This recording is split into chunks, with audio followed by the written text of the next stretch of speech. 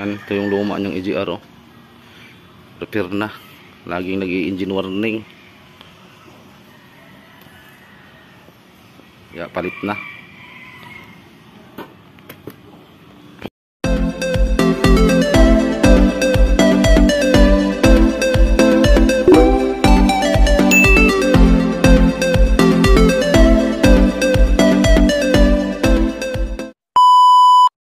Yan, good day mga kabumbrom.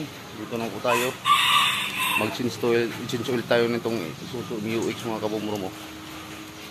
Saka palitan natin ng nila yung EGR mga kabumbrom. Palitan din natin. Tapos atin din i-scan pagkatapos na rin mapalitan mga kabumbrom. Yan, ito yung ating change oil 4GG1 Isuzu MU-X. Yan mga kabumbrom, aray na yung ating tapos linisan din natin yung throttle body at saka yung EGR mga kabumbrom, yan. Ang filter pala niya mga kabumbrom ay nandito yun sa ilalim ng alternator, oil filter nya. Akin muna itong buksan mga kabumbrom. Sabi change oil na, tapos are kapit natin yung bagong EGR, yun ang i-repair na rin mga kabumbrom. Nag-engine warning yung inis kabumbrom, yun nga lumabas. Kaya ating papalitan. Nabuksan na yung EGR na yung kabumbrom, oh. Puno na ng parang silikon. Ayan. Yan kabumbrom. Tanggal na natin yung baterya. Yan. Para maluag. Tanggal ko na rin yung cover dito. Yan natin itong tanggalin na ito mga kabumbrom. Kaya linis tayo. Mag-drain tayong langis. Tsaka linis yung throttle body. Yan, ito yung lalagyan ng EGR.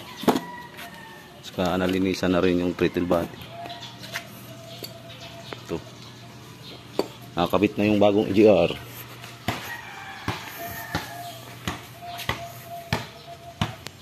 Yan.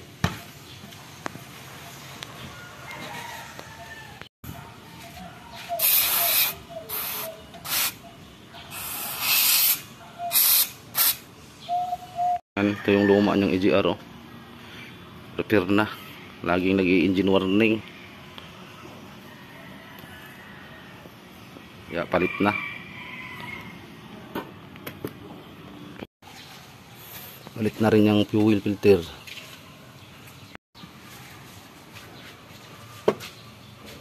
Yan, ito yung kanyang oil filter number, oh. Fuel filter. Lagyan natin langis yung o-ring sa filter. Yan. Ito pala yung langis ating ginamit, oh. Yan. Kabit ng filter at saka drain plug, oh.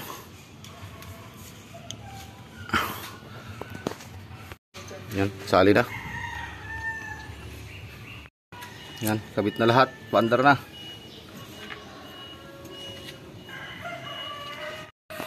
Yan mga kabumbrom, ating paandar rin.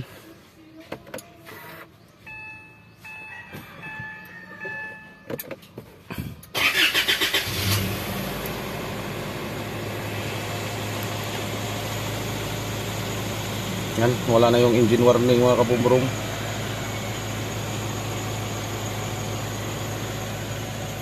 Isuzu MU-X. Yan, ito yung ating gamit na scanner. Yan.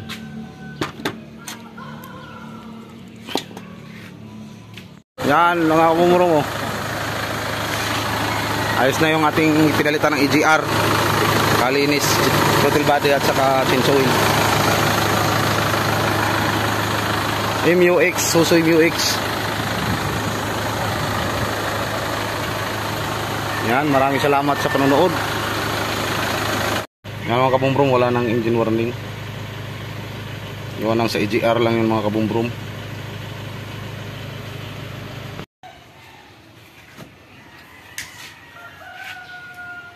Nilitan din natin yan ng fuel filter.